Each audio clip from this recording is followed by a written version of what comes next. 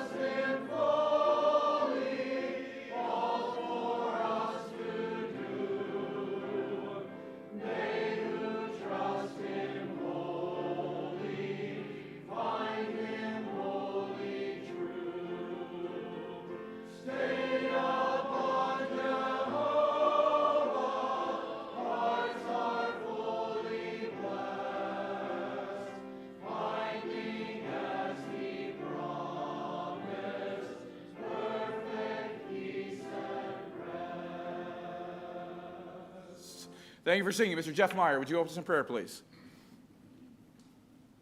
Lord, we thank you for the message this morning and the chance to be here to glorify you. Thank you for the food that was provided. Now give us a good time of praising you and hearing about the ministry of the camp. In Jesus' name, amen. Amen. Now you can go ahead and have a seat. Sorry about messing you up there. So the way we're going to do this here this afternoon, I'll start with kind of a general overall kind of snapshot of the summer.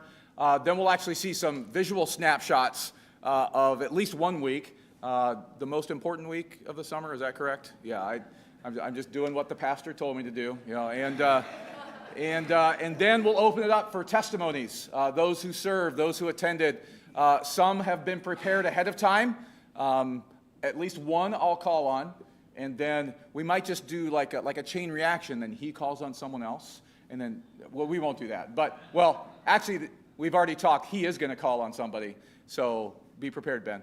But he is already prepared. So you're ready to go. Am I right? Sure. That's what we heard all week long, too. I love it. Yeah, sure. Whatever you need. So I would be joking to say that 6 weeks of camp is easy, right? You know, there's a lot of work that goes into that. But it's such a blessing, you know, when you're serving people, when you're partnering with churches, when you're seeing God do great work.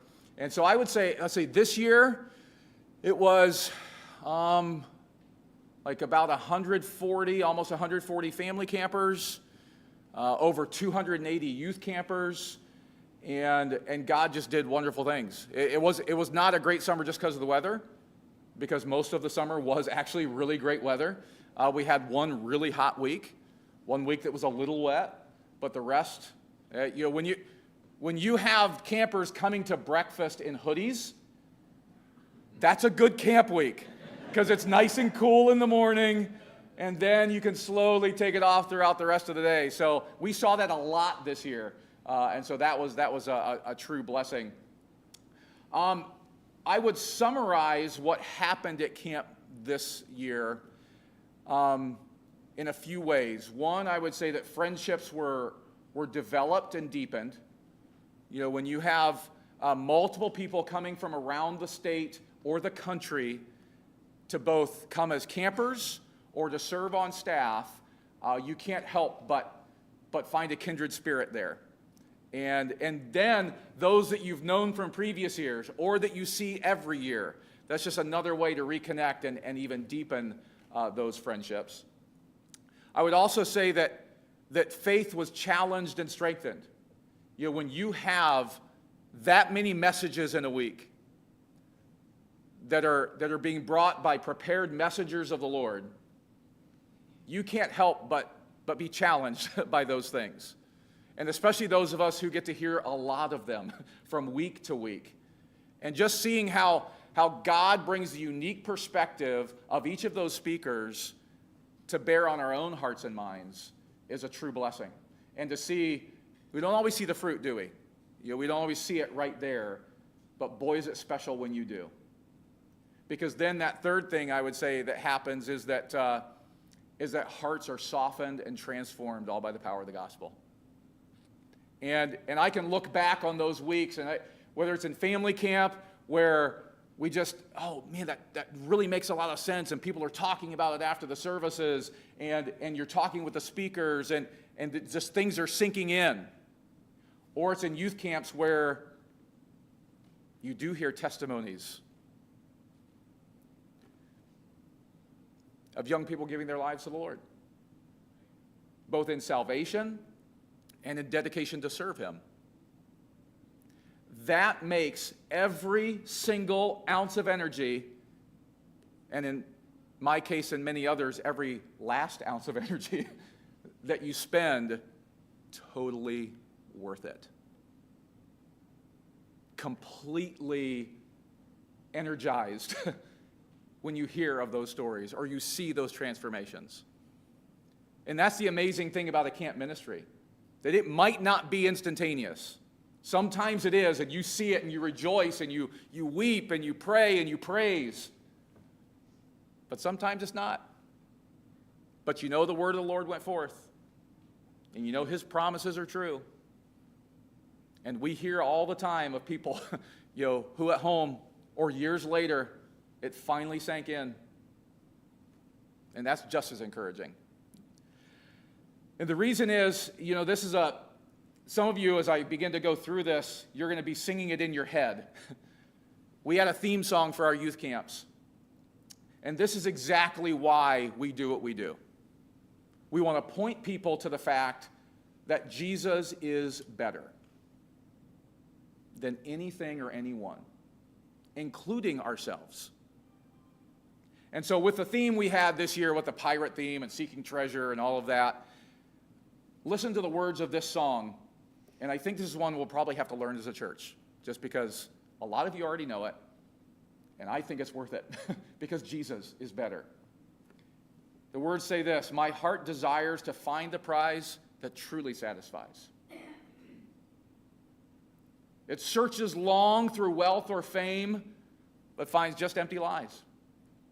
The journey leads to only one who's meant to meet my need. His name is Jesus, King of Kings. Through Him, I have been freed. The treasures of this earth bring pleasure soon to all expire, betraying everyone by leaving unfulfilled desire. But heaven's greatest joy is found in only Jesus Christ. Eternal life is offered now through all he sacrificed. In Jesus now, my heart can rest and lay each weight aside to run the race he's given and keep him as my only prize. His grace alone sustains me, so I never will resign to be like him through trial and test and cross the finish line. And this is the chorus after every one of those verses. Jesus is greater than any wealth achieved. Jesus is brighter than fame received. Jesus is stronger than sin's captivity. Jesus is better. He's all I need. That was my theme for all of our youth camps this year, pointing them back that no matter what you're searching after in your heart and mind, or your life, or your actions, or no matter what importance you place on any one in your life, including yourself, you always go back to that truth. Jesus alone is better than everything. He's all you need. So I would love for that to be my testimony, to be able to say that every day, every year. I fail, but he's always better than my failures too. So hopefully that's encouraging to you. As you hear that song, I know some of you, it was really difficult for me not to sing those lines as I was reading them to you. But I have a feeling one day soon we will sing those together, if that's okay with you guys. So if my voice wasn't shot, I'd bring some of you up and we'd sing it. Well, no, we won't do that to you right now. But it's a wonderful truth, and I wanted to be able to share that with you here this morning. All right, so what I'll do now, we're going to take a little more practical look at what camp is. So, Pastor, if you want to come up, we're gonna share the stage and maybe even a microphone. We'll see. We're not going to share pants and a shirt. That's a whole different story. All right, one that may never be repeated. We'll see about that. So what he wants to do is kind of put us on the spot a little bit, and as we go through, we're going to talk a little bit about what this looks like. Does it kind of go from beginning to end of week? Is that how it is, or is it just kind of scattered It's throughout? pretty much in order. Okay. And I put this slide presentation together for the 2 nursing homes that I did, so they got to see. But Isaac gets to comment on things he's never seen before, so. So every Monday, when everybody gets there, after we get everybody registered, they kind of get into cabin groups and they go over kind of the expectation of the week, what to expect from both ways, and just schedules, things like that. Learning, don't throw rocks in the lake, things to do, things not to do. It's an important time for them to get to know their counselor, and the counselor's getting to know the names of these young people as well. We can skip past this next slide. Oh, that's my favorite. Oh, see, thank you. Thank you for skipping past that next slide. Oh, there it is. So that was our theme this year, all hands on deck, a pirate theme. And I only dress up like that on Monday. And 2 reasons for that. 1, I don't think I could survive the rest of the week. And 2, I always joke that it's to show the parents that we really care. And then when they leave, it's off. We don't care anymore at that point. It's just dressing up for the parents. And it's not just me. Other people do the same, So that was our admiral for the week, of the best admiral of the best week, right? Sure. Yeah. Well, it was the only admiral for the only week he was there, so that's how that works. One of the ladies in one of the nursing homes I go to, I said, "No, I won't be there next week, and I'm making this costume." And she said, "You ought to wear it when you come back." I said, "Okay, I will." So Monday I took it in with me and changed in the restroom, came out, and they had a few extra people that don't usually come. Was that the psychiatric? Yes. Sorry. I think this was then Monday, right before dinner, we did a little bit of sand art. We always do something thematic to get them working together, and so they were building not sand castles, but sand pirate ships and scenes, and they were judged. They did actually a very amazing job at how those looked. We judged them a lot that week, didn't we? only in a discerning way, Then we also have like little challenges after dinner. This kind of game was actually born out of when I was building my set. We were putting the railing on those 2 pirate ship sections, and Carson and I were feeding it through, and whenever Carson and I do something, we start to make a competition out of it or a game out of it, go figure. And so we were seeing how fast can we pull this rope through to get it to the end, and I was like, ooh, I bet the kids might enjoy this, and they did. And they didn't do as well as we did, but they did a nice job. And a game is born. That's right. Obviously, he was here the Sunday, was it after, before? Last Sunday. Okay, so the Sunday, anyway, it all runs together to me. Did a tremendous job connecting with the kids and sharing truth with them. Let's see, who is that? Let me see. If we show your picture, you have to give a testimony later. Yeah, could someone help me out? Who is that? Could someone help me out? Oh, I see. Oh, they're right together. Now I see the resemblance. There it is. So we'll have staff and campers help us with our music as well. Just like Pastor Smith shared that we enjoy the service of people in the church. It's also very helpful at camp as well because we're not playing the piano. No. Devotion times every day, just such a vital time. We call it our face-to-face time. Others might call it their God and I time. With Peniel meaning the face of God, meeting God face-to-face. That's what we call our devotion time. They split up after chapel every day and do that for 20, 30 minutes. We all know what game this is. It's No? supposed to say volleyball, but it's not volleyball. It's Nukem. See, Carol knew. She's seen it enough times. That's right. And Justin probably came back saying how he lost every time, Did you? Oh, I didn't even know that. Congratulations. Good job. But you won the week, though. You did. That's right. What year was this built? Was it 6, 7 years ago? At least. Josh, you actually came with your church group to help with that. When was that? Yeah. Yeah. We have a bad connection, don't we? It gets, I don't know what Jim's doing up there. But this is what we call the cage. It's our kind of we use it for human foosball. Others use it for indoor soccer, or what would we call that? Your Admiral's orders time. Well, half hour in the afternoon. I let Pastor Tony Guerin teach on this day, and Pastor Bob Condick taught another day. And that's really big of me because I like that time with those kids. And then we have a staff meeting during that time with our counselors and other op staff as well. Keeping with the theme of if your picture's on then you have to give a testimony. Oh, is she showing you how that works there, Ben? Yeah, yeah. You said some of the girls were really good at it, weren't they? Absolutely. Yeah. So we have a lot of fun with boomsticks there, especially when we have nice ones brought. Oh my, look at that arsenal. I bet they love that. It was a blessing to be able to say, Ben, would you take over as the range master? And he taught them and kept order, and they had a lot of fun, and I think they learned a lot as well. Oh, was that fun night? Yeah. Yeah. So we have a variety of different. We don't have skit night. We don't have a full staff to be able to do that. So we do fun night.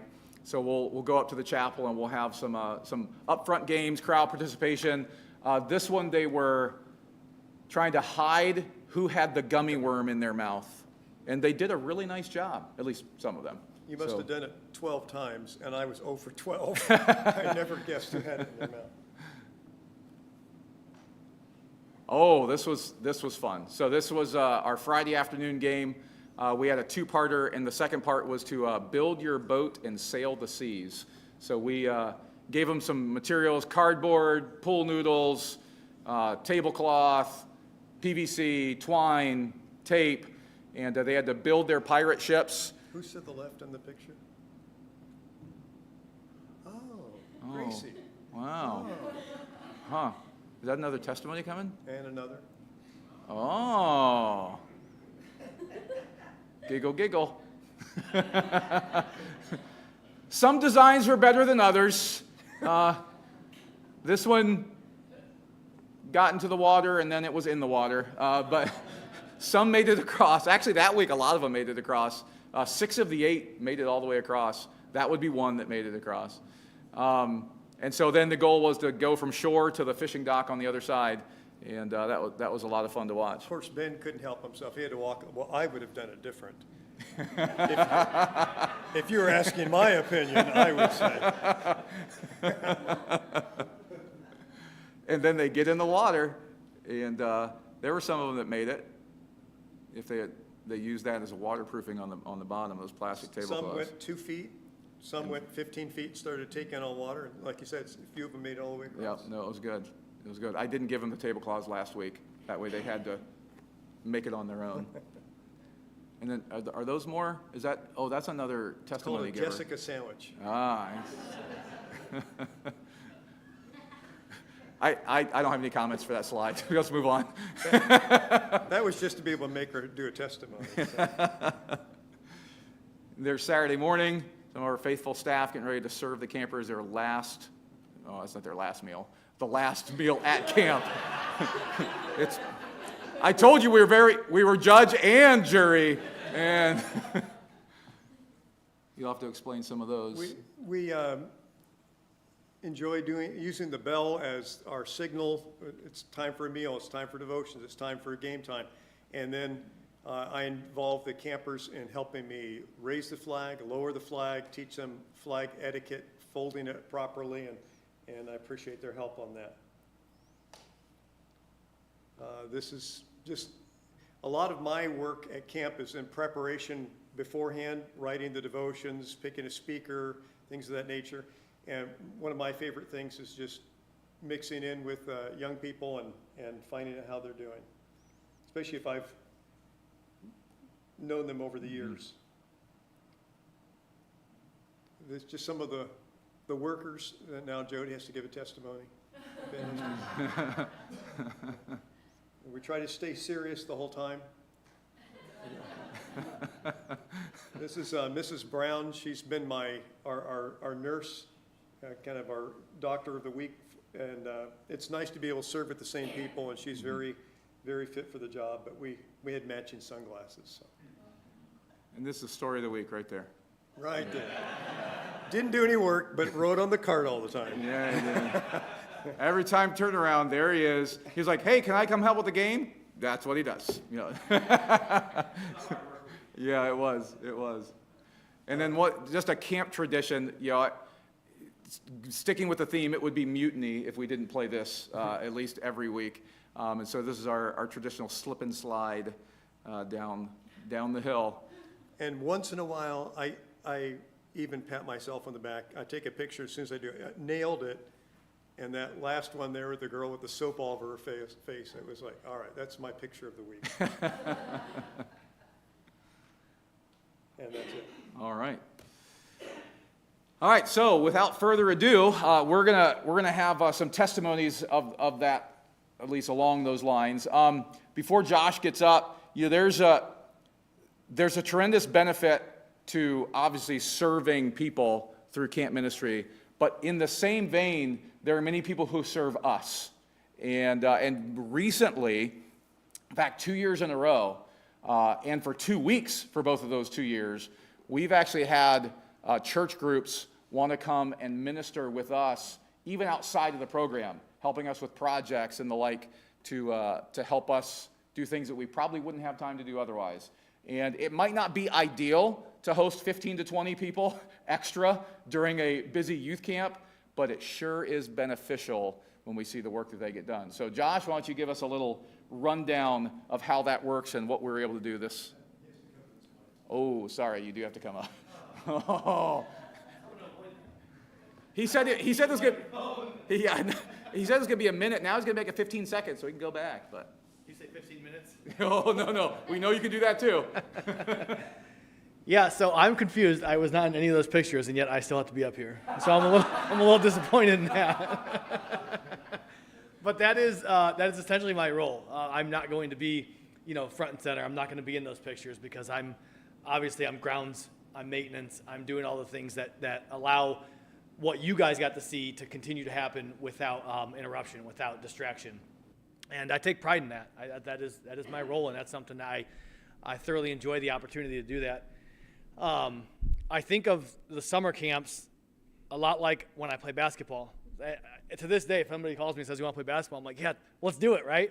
And then I go home the next morning and I'm like, oh, I'm exhausted. And my wife's like, you deserve it. Like, are you happy? And I always go, yeah, totally worth it. Totally worth it. And I feel like that's the same way with camp. Like, we just pushed for 6 straight weeks of just torture. And then we get to the end and we're like, yeah, that was totally worth it. It's totally worth it. And the work teams that we had, when this first got brought up to me, my mindset was, let's do it. If we can find 1 or 2 people that just catch a fire for camp, then it's going to be totally worth it. And I would say the Colonial group brought a young man named Josiah Hill that he was 14 last year. He's 15 this year. He's unmatched. His work ethic is better than anybody that I know. And that's saying a lot, because there are a lot of people in this church that work ethic is something I've relished, I've utilized, and Landon can speak for this. Landon's one of the hardest workers I know, and then this kid shows up and Landon's like, yeah, I can't keep up. Like, I just can't. And he's something special, and he came again this year, except this year he gave me 2 weeks, and he's caught a fire for Peniel, and he wants to come back and serve 4 to 6 weeks next summer. And when I say that it is a game changer for us, I mean it. And then my assistant this year was Isaac Brutton, and it's the same mindset. Like, I hope he can come back. He's thinking about military, and I keep slapping him around, but it's not helping. But these work weeks are so busy for me, and it's a different kind of busy. It's so hard to keep 15 to 20 people busy. We came up with a bunch of projects that we thought, oh, there's no way this is a pipe dream. There's no way we're going to get to that. And within the first week, it was like, oh no, we're not just getting the projects done. We're starting to think of other projects we can do. And boy, it's exhausting, but it is just so beneficial. When you have good help, when you have good volunteers that just want to be behind the scenes, right? They don't want to be in the limelight. And that is hard for young teens, for these 14, 15-year-olds. They want to be involved with the teens. They want to, or be involved with the program somehow.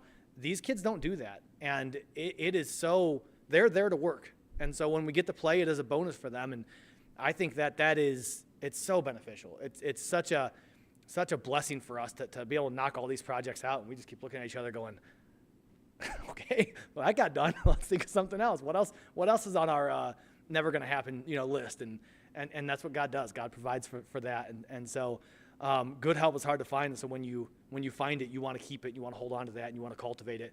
And I would say that is my biggest goal, is when I do have volunteers, is to make them feel appreciated, is to make them feel like you are taking work off of our plate. You are getting this stuff done, and now I don't have to do that.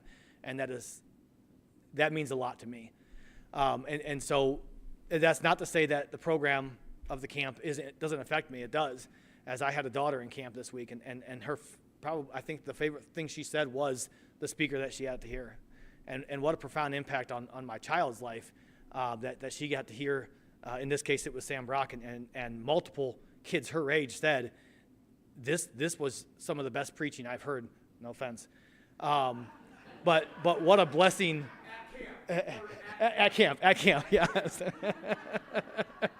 and so I come out of, we're not done, but our camping season is done. And I come out of this going, praise God, praise the Lord. And we have just an opportunity, and I look forward to next summer already and say, we're going to start talking already. What are some better projects we can line up? What are maybe some things we get funding for that we start to aim big and maybe not pinhole ourselves into just, okay, we're going to do this little bit, because I think God's already saying, no, you can do much more than that. So with that, Ben? Yeah. That was your whole reason to be up here. You had one job. I say that a lot. But if I do a slide here in a month. So one of the main things that we did was cleaned out the old red barn. That is something that I have talked about since I started here. I've cleaned out a little bit at a time. There was a massive stack of wood in there on the one half of that barn, or a third of it has never been touched. And we were able to clean that all out, categorize it, get a board foot, and then be able to essentially get that organized and get that to somebody else that they could actually buy it. I can share where that came from, I'm assuming. Sure. It was Marvin Gosman's wood, and it's been in there for years. Him and I were trying to sell it when he was healthy, and then when all of his health issues started, I wasn't going to bring it up. But Beverly talked to me, and through contact with her and conversation, we decided on a route to go, and then thankfully their neighbor is the one that bought it, and for us, for the camp, it's the space in the barn that we get. For Beverly, it's going to help them a lot with some expenses that they have, and so that really was a blessing in so many different levels. I think so many more people than just us are going to benefit from that wood and getting that cleaned out.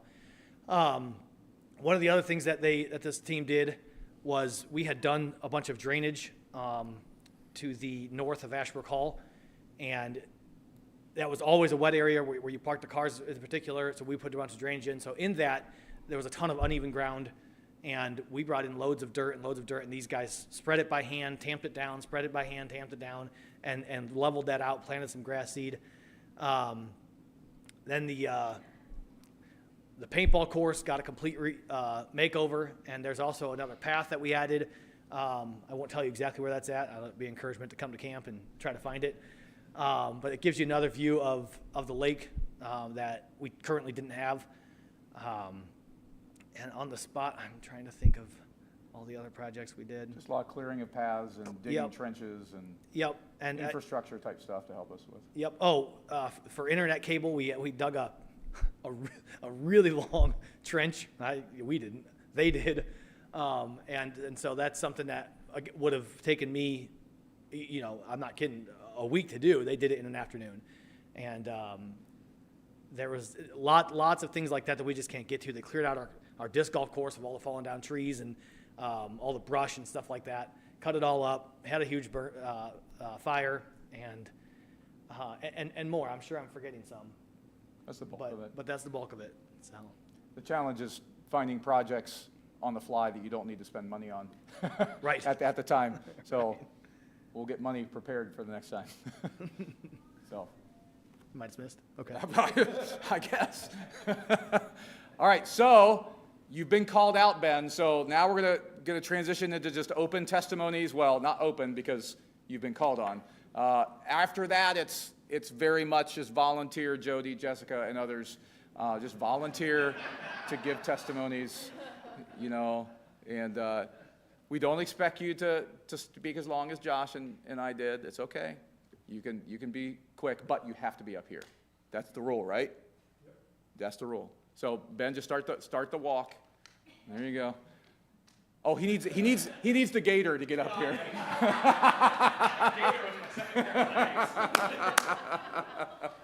So this was my first year I got to serve at camp after I was voluntold by Isaac and Pastor Hamilton. Oh, I've been voluntold twice now to give a testimony and again serve, and I couldn't be happier, honestly. I want to do it again. I was asked to serve at the senior teen camp, and unfortunately I wasn't able. But next year, I hope maybe I can give 2 weeks of my time. I really love doing that. I got to serve as a janitor up there, so I didn't tell them I really like mopping and sweeping. They figured it out pretty quick when I mopped like everything twice a day.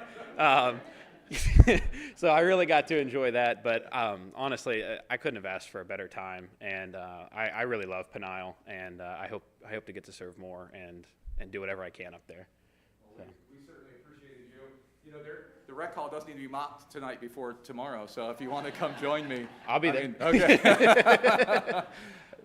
But I told my wife after I got to serve there that week, I woke up the following Monday and I was just sad. I woke up in my apartment. I was like, oh, I have to go sit in an office now for 8 hours and just sit there and do nothing instead of I got to do the most fulfilling work of my life, make this camp memorable for these kids. So I'm really grateful for the opportunity. And I'm going to call out my wife to give her testimony. Oh, nice. So. Oh, wow. It's working, Josh. It's working. I will say this before Bethany gives her testimony. I don't know. Well, first of all, that's exactly what Josh was talking about, how developing a passion for camp, no matter the task. How did Ben word that? He was making camp memorable for kids. And what was he doing? He was cleaning. Yep. but yet that was the task he was called to do, and he did it with all of his heart, soul, mind, and strength. And I have never seen a custodian up there, while kids were still playing at the carpet ball table, say, oh, you left a cup here. And he's underneath them, picking up stuff, putting it in trash cans. I mean, he went above and beyond, and we appreciate your service and look forward to more in the future. Beth? Ben was the camp's Roomba for the week. I mean, he was, That's right. I saw him multiple times. I needed to like, elbow something to be like, oh, I got to mop it now. It's like, Ben, we don't make messes to clean them. But they definitely gave him his work cut out for him. But I mean, it's funny. He didn't dote on himself as much as maybe he should. You saw him in more pictures than you saw anybody else. I mean, he was like, where's Waldo in camp? He was everywhere. Anywhere people were, he wanted to be, which is, I don't think what he anticipated. He kind of liked the janitor job because at first I think he anticipated like not being around people, but it really brought him out of his shell, and he did really, really, really great. And it was really a testimony to me too to see my husband just flourish in such an amazing way. So I hope I can give more time of my time next week or next year to Peniel as well. But I've done Christian camping before. I've been a counselor, and I've been in kitchen work before. I kind of wanted to be a counselor, but that's for next year, I guess. But it was really fun to be in the kitchen because it was kind of behind the scenes in the same way that being a custodian would be.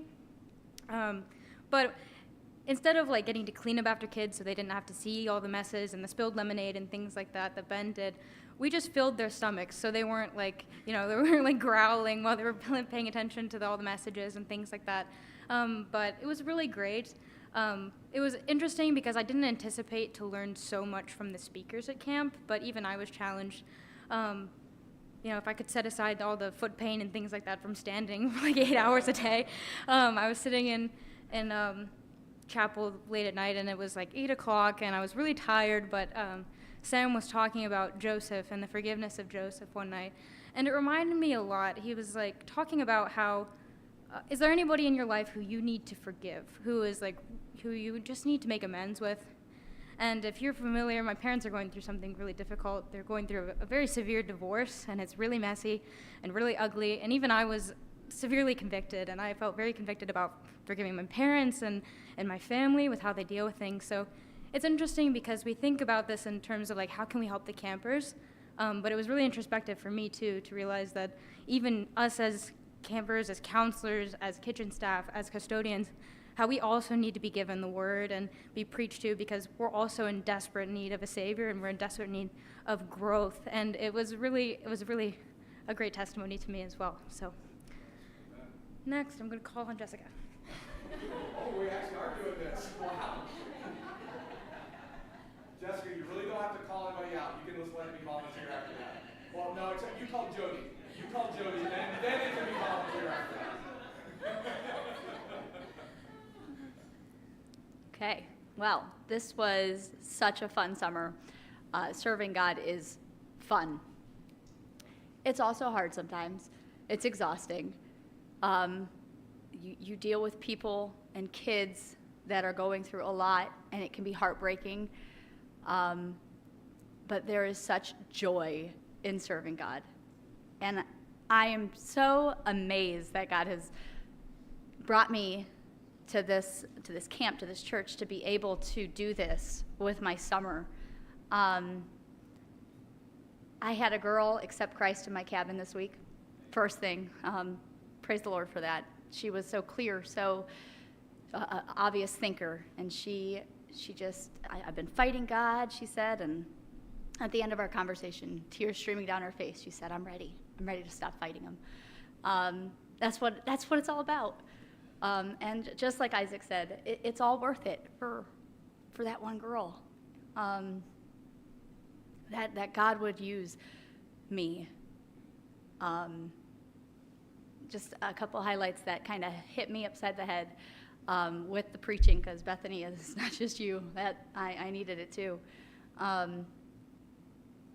Mr. Sam, that's what the kids were calling him, Mr. Sam, said one of the first nights, the essence of good is the nearness of God.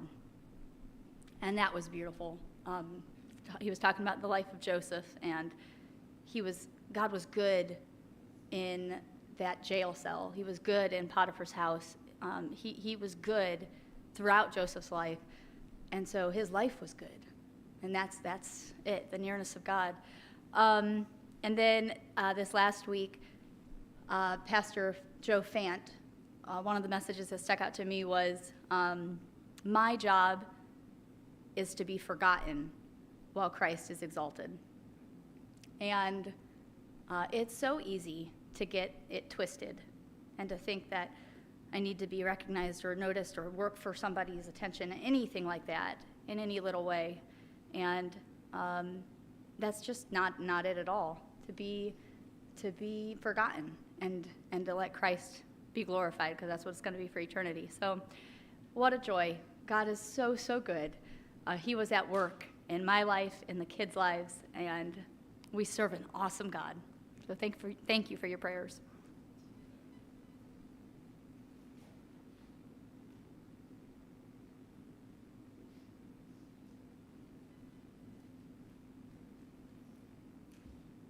I was at camp 2 weeks this summer, 1 week as a camper in family camp, which we had a great week at family camp. That was a lot more relaxing that week. We enjoyed that. And then I was there as the head counselor for the week of junior high. You know, the best week, right? I don't even need the quotation marks. It's the best week. Anyway, I had a really, really good time as head counselor. I mean, we had great weather. We had a really nice number of kids too. Like, it was because last year it was very, very big camp, and it was busy. And this one, you had a chance to kind of get in there and get to know people a little bit better, because it was a smaller, I mean, it wasn't tiny. It was a nice size. My job more is as a service to the counselors themselves. So I'm not in the cabin with the girls.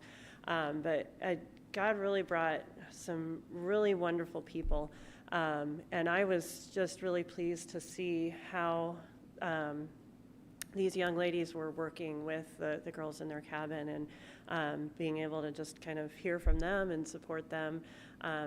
That was really neat, and some of them that I've known for a while, some of them I just met.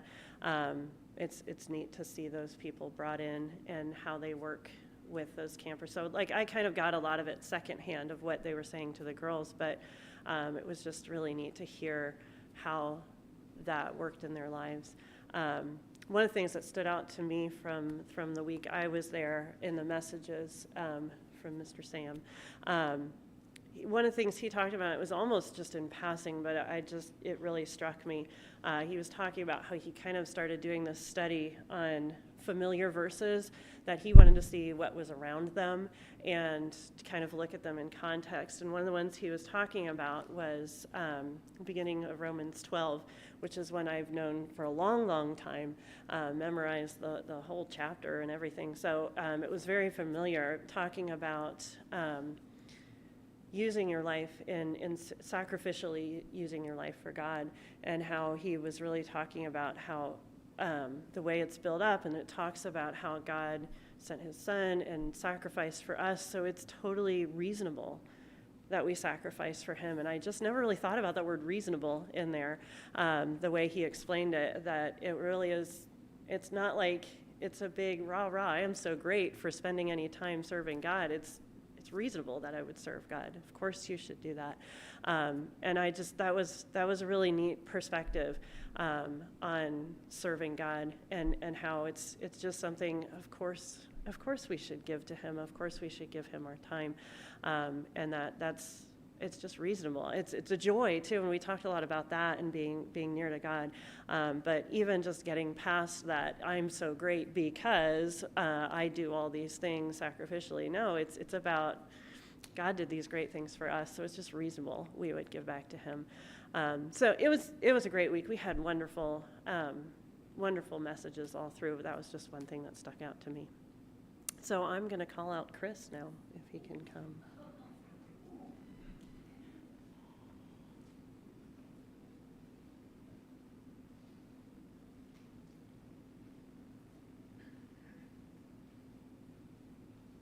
So I had an interesting time at Teen 2. This is my first time counseling Teen 2. And the first thing I noticed, day one, I get all my campers, and they're using words I don't know. It's like, I'm 22 and I'm already phased out of the language. And in our first counselor meeting that we had, I brought that up, and he's like, that's a way you can connect with your campers. So I was this weird old guy, like, hey, what does that word mean?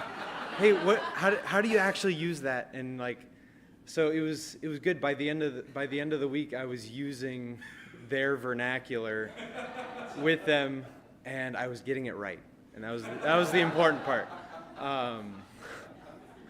But my goal as a counselor, especially in Teen 2, was in the mornings, I made it a point in the devotions to have it be camper-led. Really try to get them to be able to discern the word and help guide a group to better understanding in the word. So I think my campers did a great job, and one of the campers he was the one that used the most slang. And I told him, okay, you need to just turn that off. We need to make sure that everyone in this group understands exactly what you're saying about God's word, so you need to take away that slang. And it was like a switch. He just turned it off. He was so clear when he was describing the passage, and it was a joy to me to see him be able to be serious and really understand and summarize the passage well. So that was a great joy for me. But then, there was another thing. Forgot. I know. Yeah, but there are plenty of stories. I'm sure that if you come and ask me, I will be able to remember in those times. But it was fun learning the new kid words. Oh, that's funny. Anyone else? So there's no obligation here, but you've heard how God has worked in the lives of those who served. If you served at camp or attended camp and would like to give a testimony, feel free to do so. Don't feel obligated to do so. If you would like to, we'd love to hear that. But if not, then we'll just kind of move to close the service. But anyone else want to give a testimony? Come on up.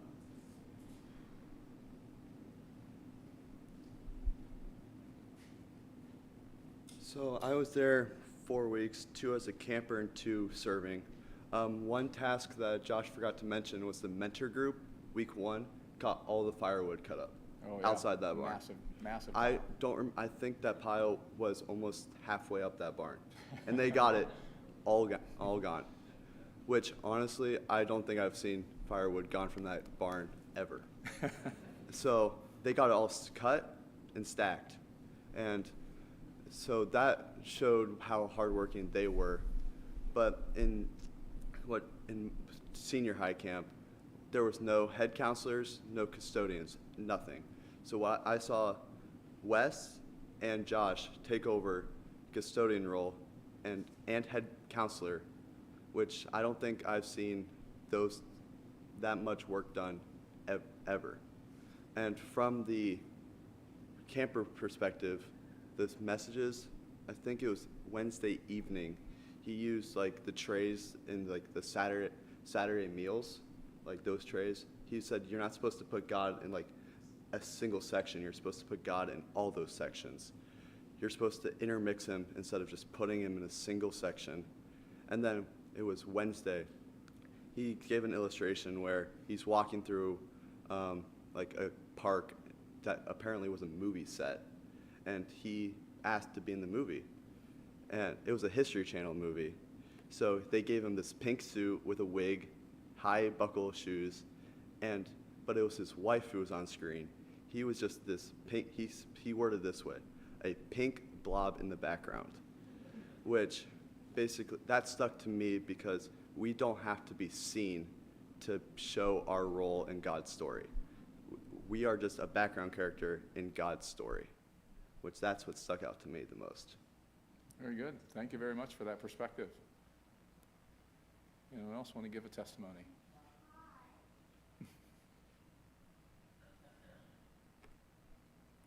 We won't last long. Anybody else? All right, well, let's close. Take your Hymn of the Month book if you want there. It's You Are Always Good. Jessica mentioned that one of Mr. Sam's tenets of his preaching, of his life, is that the essence of good is the nearness of God.